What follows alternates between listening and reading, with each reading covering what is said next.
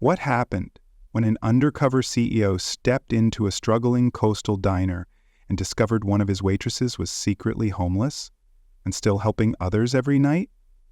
You won't believe how this story unfolds. Hello to our amazing listeners.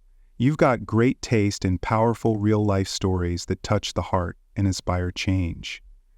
Today's tale is about quiet strength, second chances, and the kind of leadership that goes beyond boardrooms.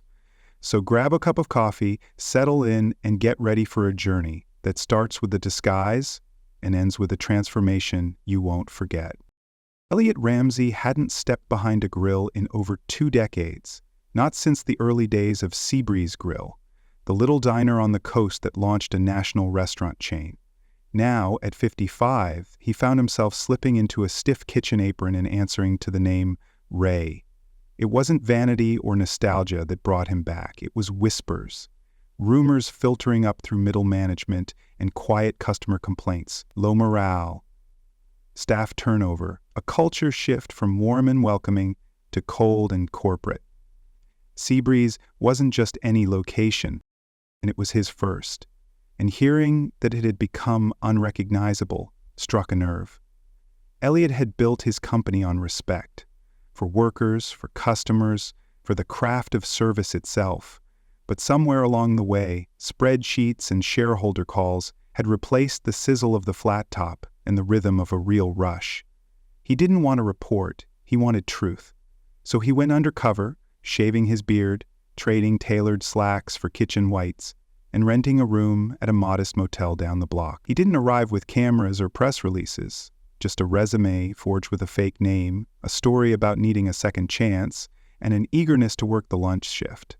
Management barely glanced at him. That suited him fine. Within hours, he saw cracks forming. The manager barked more than led, the servers looked worn thin, and no one seemed to notice when customers left without smiling. But amid the dysfunction, one person caught his eye. A quiet waitress named Marina who seemed to carry the whole place on her back. She was quick with a refill, steady under pressure, and kind in ways that didn't come from training. Elliot knew the metrics would never capture someone like her.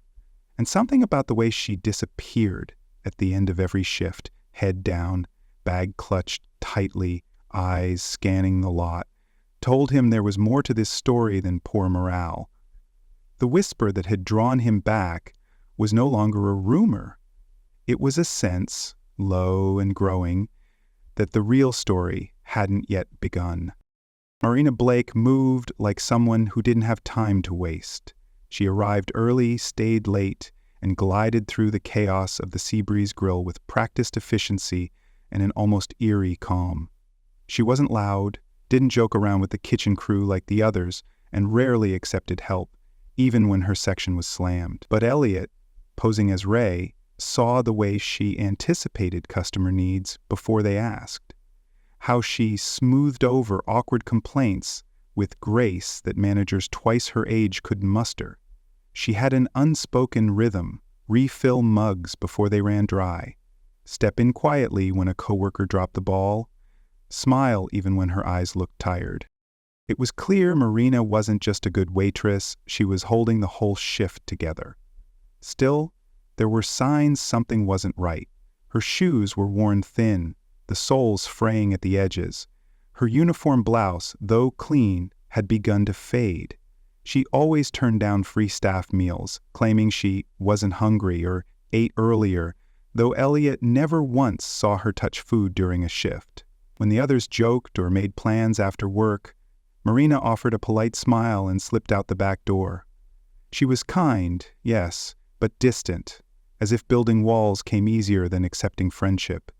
Elliot's experience told him that kind of withdrawal wasn't born of arrogance. It came from pain. One afternoon, a careless cook nearly spilled boiling water near a trainee.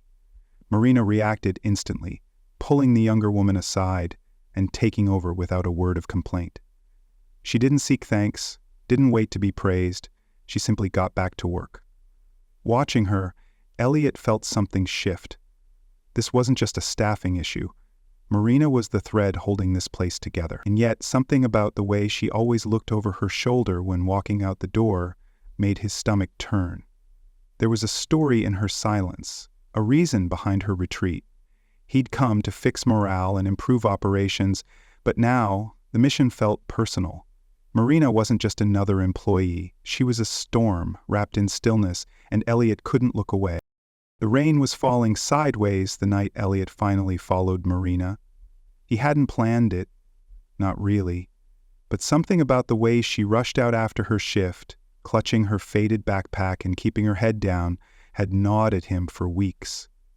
She didn't live nearby, that much he'd gathered. She never spoke of home, never mentioned roommates, family, or even a pet. So when she slipped out the back and headed down the slick sidewalk without an umbrella, Elliot grabbed his coat and kept his distance. He didn't know what he expected, a cramped apartment maybe, or a long walk to the bus stop. What he didn't expect was for her to cut across a side street, past 2 shuttered storefronts, and park herself behind a battered brick building with a flickering neon sign. Safe Haven, Women's Shelter. His first thought was that she might be there for help. But instead of going inside to rest, Marina popped her trunk, pulled out a bundle of folded sweaters and 2 grocery bags, and knocked on the side entrance like she'd done it 100 times before. Curious and concerned, Elliot walked a wide arc around the block and slipped into the shelter's front door under the guise of donating food. The shelter smelled of disinfectant and slow-cooked soup. He was greeted by a tall, warm-eyed man with silver hair and a badge that read Tom Granger, program director. When Elliot asked about Marina, carefully avoiding her name at first, Tom smiled gently. "She's been coming here for months," he said. "Sleeps in her car most nights, but won't take a bed unless we've got spares. She says others need it more." Elliot felt the air leave his lungs. He'd suspected hardship, but not this. Marina wasn't just getting by, she was sacrificing. And it didn't stop at refusing comfort. Tom told him Marina volunteers regularly, donates part of her tips, and even helps tutor young mothers working toward their GEDs. "She's got a backbone like steel," Tom added. "Won't accept a handout, but she'll give you the coat off her back." Elliot left the shelter that night shaken.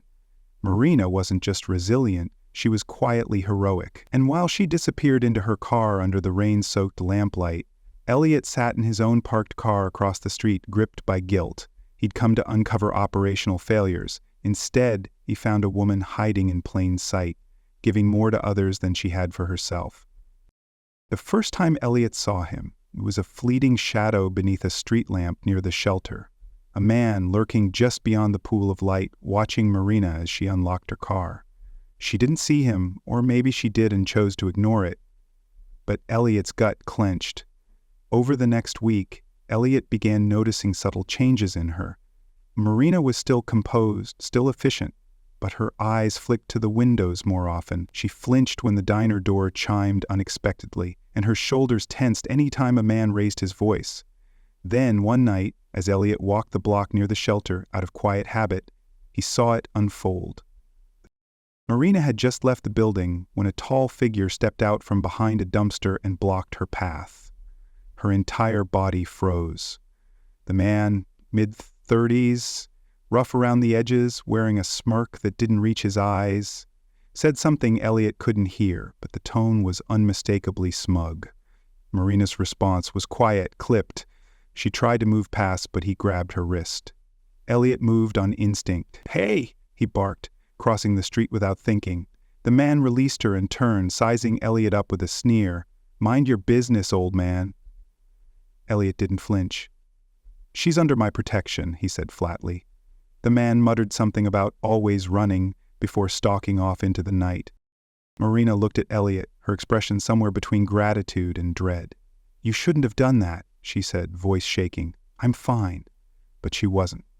Later, Tom confirmed the man's name, Chase, Marina's ex-boyfriend. Controlling, abusive, he'd taken her savings, sabotaged her job, and when she finally left, he followed.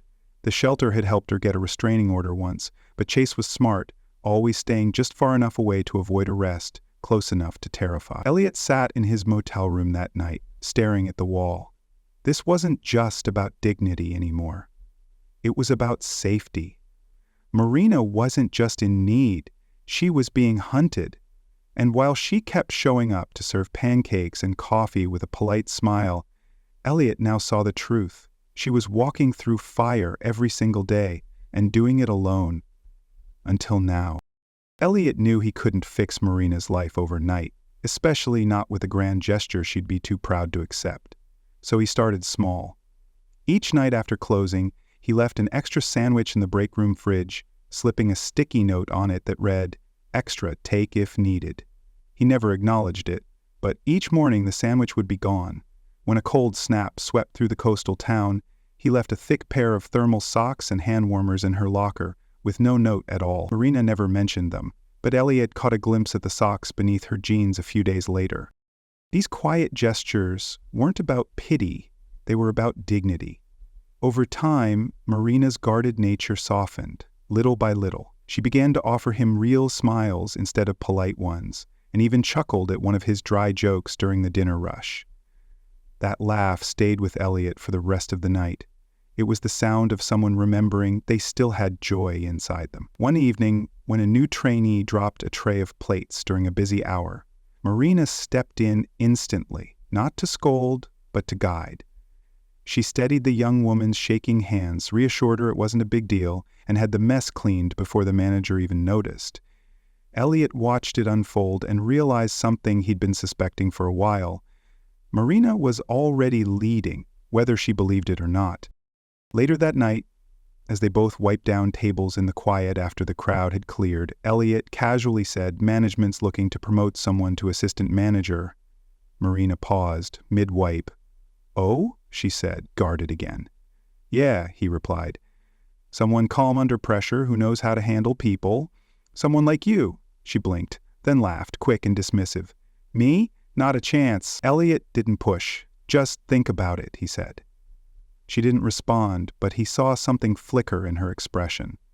Something between fear and curiosity. She wasn't ready yet, but the idea had taken root. And Elliot knew from experience, the smallest kindnesses often sow the deepest change. It was the kind of morning that felt off from the start. The sky was gray, the ocean wind colder than usual, and the diner buzzed with a restless energy. Elliot stood at the griddle flipping pancakes when the door chime rang and the atmosphere shifted. He turned just in time to see him, Chase, walk through the front door. Dressed in a dark hoodie and jeans, he didn't cause a scene, not yet, but his eyes locked on Marina like a shark spotting wounded prey. She froze for just a second before plastering on a fake smile and taking the coffee pot to a nearby table. Elliot's blood went cold. He moved closer to the counter, keeping her in sight. Chase didn't order food. He sat at the corner booth, arms crossed, watching Marina's every move. When she turned toward the kitchen, she caught Elliot's eyes.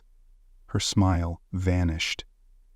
Seconds later, a tray of water glasses slipped from her hands and shattered on the floor.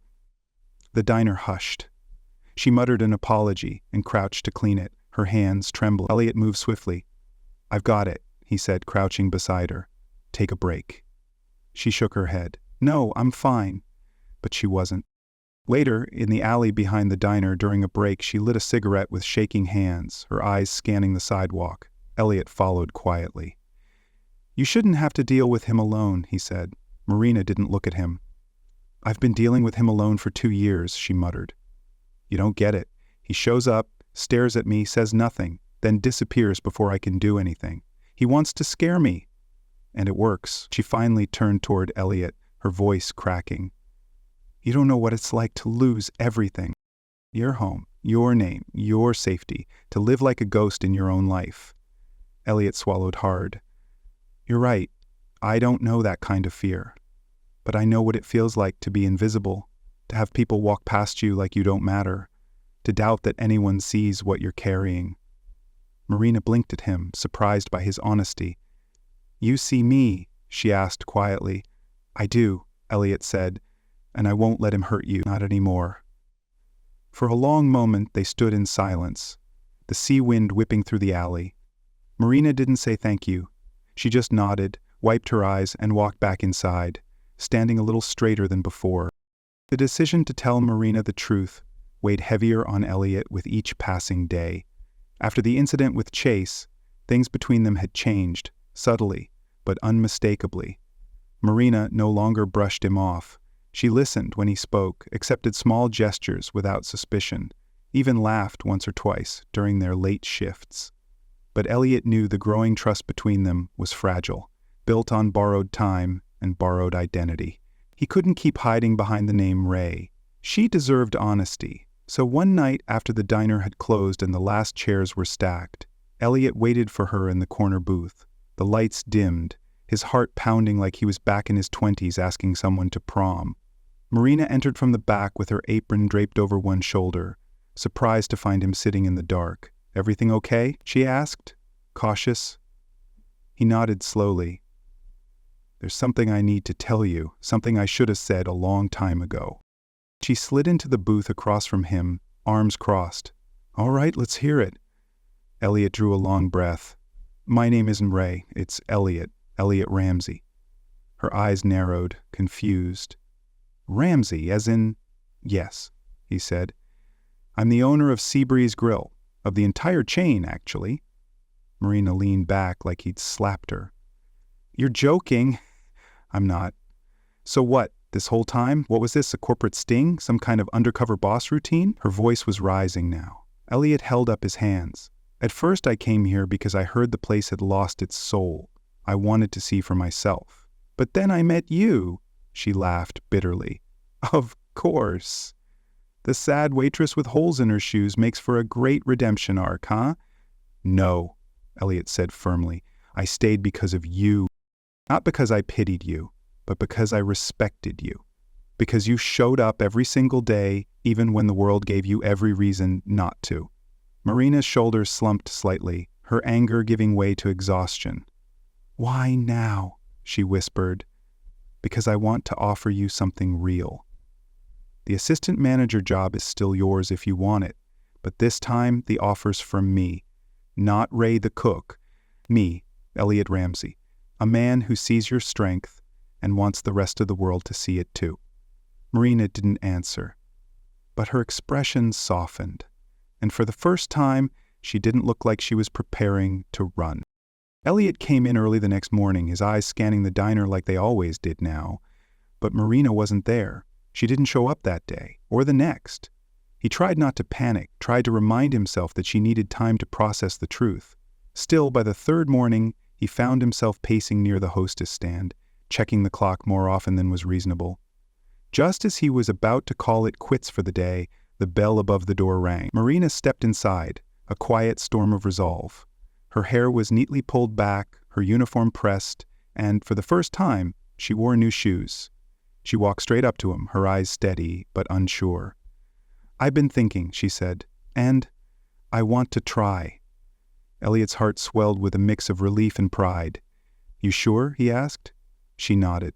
"No, but I'm tired of being scared." The first week was rough. Marina second-guessed every decision, stayed late reviewing schedules, and quietly asked the more experienced staff if she was doing things right.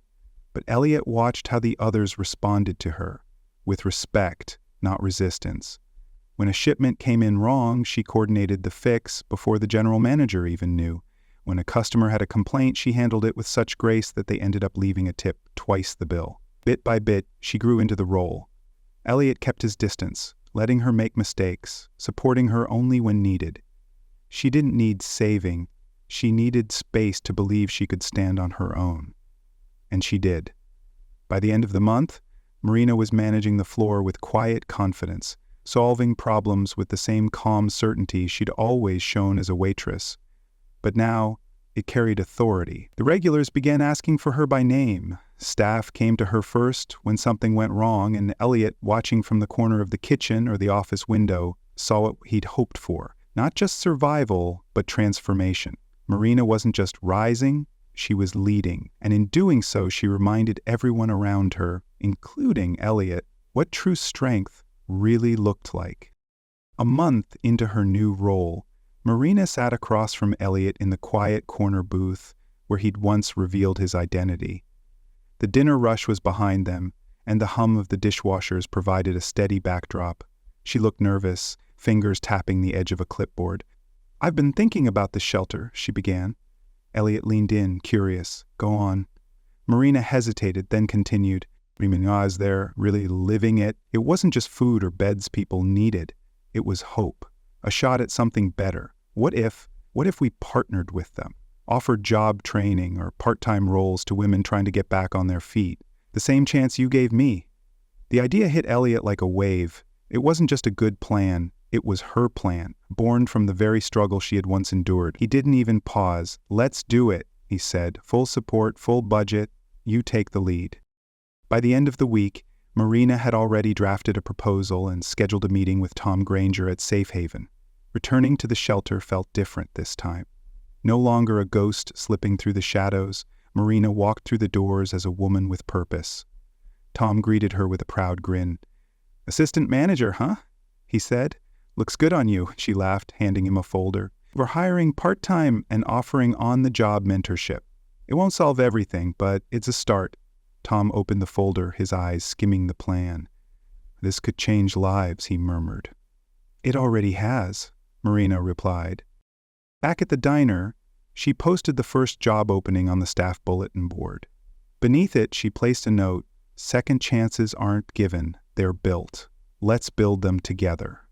Elliot read it later that night and felt something shift. Marina had gone from surviving to creating opportunities for others, not out of obligation, but out of understanding. And as new hires arrived from the shelter, nervous but hopeful, they found in her not just a boss, but someone who had been there, who saw them.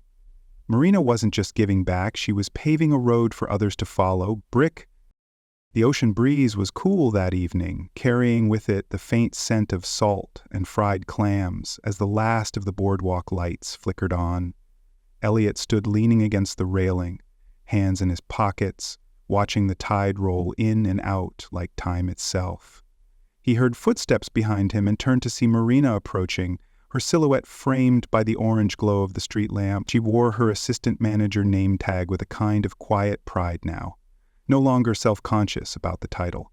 "You didn't have to wait," she said with a small smile. "I know," Elliot replied, "but I wanted to." They stood side by side in silence for a moment, the waves below crashing softly against the shore. Marina finally spoke. "Sometimes I still don't believe any of this is real. The job, the new apartment, feeling safe." She paused. "You sure you didn't just dream me up?" Elliot chuckled. "You're too stubborn to dream." He laughed, then looked out at the water. "I used to think my life would always be stuck in survival mode. Wake up, keep your head down, don't ask for help. But now, I get to build things, train people, make decisions. I even raised someone's pay last week." Elliot raised an eyebrow. "I noticed. You might run me out of business." "Worth it," she teased. Her voice softened. "I still get scared sometimes, when it's too quiet, when I see someone who looks like him. But I don't freeze anymore. I will move forward." Elliot turned toward her. "That's what strength looks like, not fearlessness, resilience." She looked at him then, really looked. "Are you staying?" she asked. "You can hand things off? Go back to your real life?" Elliot studied her face, the way her eyes held steady now. "Not unless you're firing me," Marina smiled, this time wide and unguarded. "Not yet." They walked back toward the diner together, their steps easy and unhurried. Not as a waitress and a cook, or a CEO and an employee, but as two people who had found something rare in each other: trust, truth, and the courage to start again. Under the glow of the Seabreeze Grill's neon sign, the doors opened, and together they stepped into the future they had helped one another build. The story of Marina and Elliot teaches us that true leadership isn't about titles or wealth. It's about empathy, action, and quiet courage. Elliot, despite being a successful founder, chose to step out of his comfort zone and into the trenches to see the truth for himself. What he found wasn't just a struggling diner, but a remarkable woman carrying a silent burden. Marina's resilience, despite homelessness and fear, showed that strength isn't loud, it's steady. Her story reminds us that many people around us are fighting unseen battles, and sometimes the smallest acts of kindness, a warm meal, a job offer, a listening ear, can transform lives. Equally important is the idea that dignity matters. Marina didn't want charity. She wanted the chance to earn her way back to stability. Elliot honored that, helping her rise not by saving her, but by believing in her. The story also reflects how personal hardship can become a powerful source of compassion. Marina didn't just rebuild her own life, she turned around and helped others do the same. The lasting lesson is this: when we lead with humility and lift each other up with sincerity, we don't just change individual lives, we create a ripple effect that changes entire communities.